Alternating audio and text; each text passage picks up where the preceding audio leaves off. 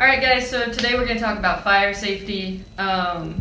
So first of all, we're talking about who's responsible for fires, and that's going to be all of us. The most common fires that happen in places like our campus are electrical fires and grease fires in the kitchen. So to prevent that, just be smart with your electronics. Don't leave things plugged in charging for hours on end, and don't put your laptops under a blanket. If you are using the kitchen, make sure that you have a trained kitchen staff member with you at all times. For those of you that are students, staff members, if it's your own personal kitchen, just be wise in what you're doing. Is the location of the manual fire alarms. So C block is going to be the one that we're talking about specifically for these. And there's one located outside by the fire panel from the car park entrance, as you can see here. It's called a break glass.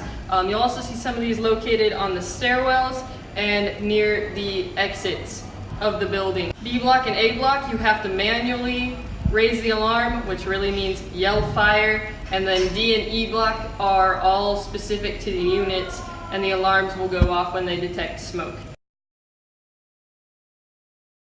When our fire alarms do go off on campus, we just ask that everyone calmly walk out the exit. Alright guys, so when we talk about our assembly points, we're talking about the car park and the lower courtyard. When we say the car park, we don't mean this area right here where you're driving down, but we actually mean this larger area behind me. That is where you're supposed to assemble, not up close to the building. So when you hear the alarm go off, this is one of your options of where to go to. And in the event of a real fire, this is where everyone will end up coming to from the lower courtyard once we have determined it's safe to do so. Alright guys, this is our second assembly point. As you can see, this is the lower courtyard. So when we say lower courtyard, please make your way down these steps and don't just hang out up in the upper courtyard. Yeah, so when you hear an alarm, this is the other place that you can go other than the car park.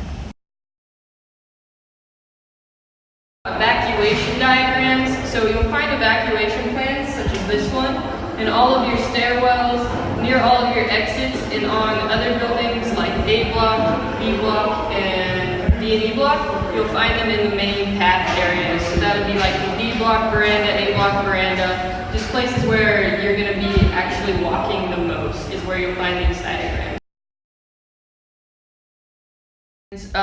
For responsibility in a fire on our campus when alarms are going off, we do have designated fire wardens that are specifically trained on our campus.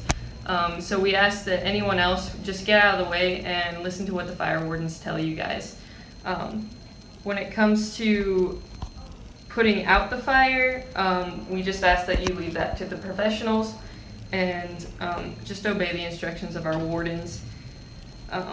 When it comes to re-entering the building, don't re-enter a building unless you've been told so by a designated fire warden. Our campus fire wardens, once the alarm goes off, you'll see them. They'll have bright yellow vests on, and they will be entering the building with the fire brigade from the city. In Australia, the number to call in event of emergency is 000. You can dial 911, it will just go through slower, so please call 000 if you find an emergency. We will do practice fire drills every 6 months on our campus. Other than that, guys, just remember to be safe, stay calm,